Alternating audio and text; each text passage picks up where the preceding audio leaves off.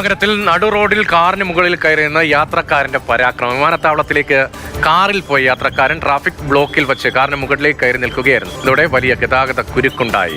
മൈസൂരുവിൽ നിന്ന് ബംഗളൂരു വിമാനത്താവളത്തിലേക്ക് ടാക്സി വിളിച്ച് വന്ന വ്യക്തിയാണ്. ഈ മേക്കറി സർക്കിൾ എന്നുള്ള ഒരു പ്രധാന ജംഗ്ഷനാണ്. ഇവിടെ പലപ്പോഴും ഗതാഗതക്കുരുക്ക് രൂക്ഷമായിട്ടുള്ള ഒരു സ്ഥലം കൂടിയാണ്.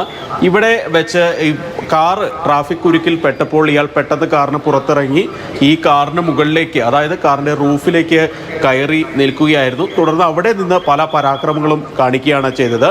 ഈ ടാക്സി ഓടിച്ചിരുന്ന ഡ്രൈവറും ഇയാളുടെ കൂടെ ഉണ്ടായിരുന്ന ആളുകളും ഇയാളെ താഴെ ഇറക്കാൻ ശ്രമിച്ചെങ്കിലും ഇയാൾ വഴങ്ങിയില്ല. തുടർന്ന് അവിടെ നിന്നുകൊണ്ട് ബഹളം വയ്ക്കുകയായിരുന്നു. ഇതോടുകൂടി ഏതാണ്ട് 1 മണിക്കൂറിലധികം ഈ എയർപോർട്ട് റോഡിൽ വലിയ ഗതാഗത കുരുക്കുണ്ടായി. പെട്ടെന്ന് സദാശിവനഗറിൽ നിന്നുള്ള ട്രാഫിക് പോലീസ് എത്തി ഇയാളെ താഴെ ഇറക്കാൻ ശ്രമിച്ചു. ഇയാളെ അനുനയിപ്പിച്ചിറക്കാൻ നോക്കിയെങ്കിലും ഇയാൾ തയ്യാറായില്ല.